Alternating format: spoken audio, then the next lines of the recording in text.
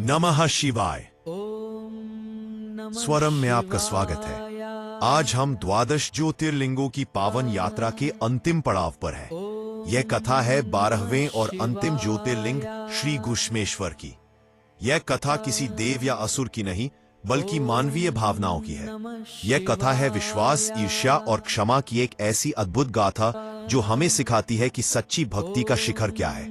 तो चलिए चलते हैं देवगिरी पर्वत की गोद में, जहां महादेव अपनी एक परम भक्त के नाम से जाने जाते हैं। सामान्य तमसे की मना करते हुए लोग ताहा अंतर देवगिरी पर्वत के पास सुधर्मा नामक एक तेजस्वी ब्राह्मण अपनी पत्नी सुदेहा के साथ रहते थे।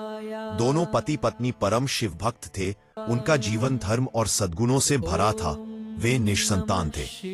सुधर्मा तो इसे ईश्वर की इच्छा मानते थे, पर सुदेहा पुत्र न होने के कारण अत्यंत दुखी रहती थी।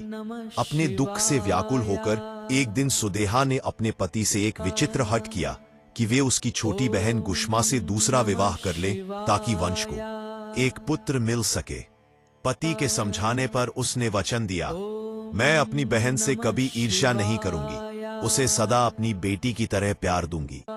एक पुत्र मिल सके। पति के समझाने पर उसने वचन दिया, मैं अपनी बहन से कभी ईर्ष्या नहीं करूंगी, उसे सदा अपनी बेटी की तरह प्यार दूंगी। पूरी श्रद्धा से उनकी पूजा करती और फिर पास के सरोवर में उन्हें विसर्जित कर देती।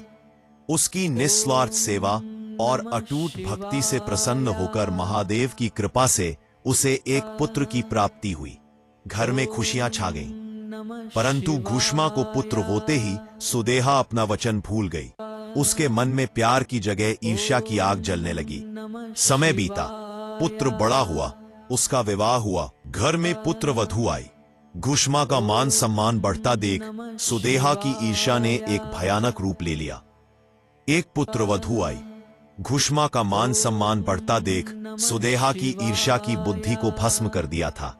एक रात उसने अपनी ही बहन के सोते हुए पुत्र की हत्या कर दी और उसके शव के टुकड़े उसी सरोवर में फेंक आई जहां घुष्मा रोज शिवलिंग विसर्जित करती थी। यह घोर पाप करने के बाद वह ऐसे सो गई मानो कुछ हुआ ही न हो। अगली सुबह जब पुत्रवधू ने अपने पति की शैया को रक्त से सना देखा तो घर में कोहराम मच गया। सुदेहा भी झूठा दुख दिखाकर रोने का अभिनय करने लगी। पर इन सब चीखों और विलाप के बीच एक व्यक्ति शांत था, घुष्मा। अध्याय 4, विश्वास की पराकाष्ठा। अपने पुत्र की हत्या का समाचार सुनकर भी घुष्मा का धैर्य नहीं टूटा। उसका विश्वास अटल था। उसने सोचा, जिन्होंने मुझे पुत्र दिया है वही उसकी रक्षा भी करेंगे। जब मेरे रक्षक स्वयं सर्वेश्वर शंभु है तो मुझे चिंता करने की क्या आवश्यकता। वह उठी और हमेशा की तरह अपने मिट्टी के 101 शिवलिंग लेकर उसी सरोवर की ओर चल पड़ी जहां उसके बेटे का शव फेंका गया था। उसने पूजा पूर्ण की, शिवलिंग सरोवर में विसर्जित किए और जैसे ही वह लौटने के लिए मुड़ी, उसने देखा उसका पुत्र सरोवर के किनारे खड़ा मुस्कुरा रहा था। उसे जीवित देखकर भी घुष्मा ने न अत्यधिक हर्ष दिखाया न दुख। वह शांत और स्थिर बनी रही। अध्याय 5, क्षमा का दिव्य वरदान।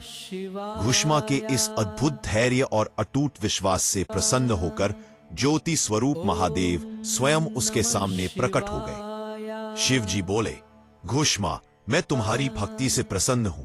तुम्हारी सौत ने यह घोर पाप किया है, मैं अभी अपने त्रिशूल से उसका वध करूंगा। तब घुष्मा ने महादेव को प्रणाम कर जो वरदान मांगा, उसे सुनकर देव भी चकित रह गए। उसने कहा, नहीं प्रभु, आप मेरी बहन को क्षमा कर दीजिए। यदि आपने उसे दंड दिया तो मेरी भक्ति कलंकित हो जाएगी। जो अपकार करने वाले पर भी उपकार करता है वही सच्चा भक्त है। अपनी भक्ति की क्षमा की ऐसी भावना देखकर दया सिंधु महादेव और भी प्रसन्न हुए। उन्होंने कहा, घुष्मे, तुम्हारी भक्ति और तुम्हारा यह क्षमा का भाव धन्य है। मांगो, कोई और वर मांगो। घुष्मा बोली, हे प्रभु, यदि आप प्रसन्न हैं तो लोक कल्याण के लिए आप इसी स्थान पर सदा के लिए निवास करें और मेरे नाम से ही आपकी ख्याति हो। महादेव ने तथास्तु कहा और उसी क्षण वहां ज्योतिर्लिंग के रूप में स्थापित हो गए। अपनी भक्त घुष्मा के नाम पर वे घुष्मेश्वर कहलाए, और वह पवित्र सरोवर शिवालय के नाम से प्रसिद्ध हुआ।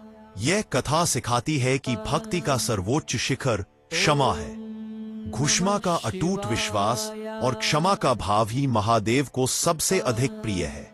इस ज्योतिर्लिंग के साथ ही हमारी 12 ज्योतिर्लिंगों की यह पावन यात्रा संपूर्ण होती है। इस यात्रा में हमारे साथ बने रहने के लिए आप सभी का धन्यवाद। अगर आपको यह अंतिम ज्योतिर्लिंग कथा पसंद आई हो तो वीडियो को लाइक करें और शेयर करें। आपने इस पूरी यात्रा में क्या सीखा, हमें कमेंट में अवश्य बताएं। स्वरम के साथ जुड़े रहने के लिए धन्यवाद। ओम नमः शिवाय।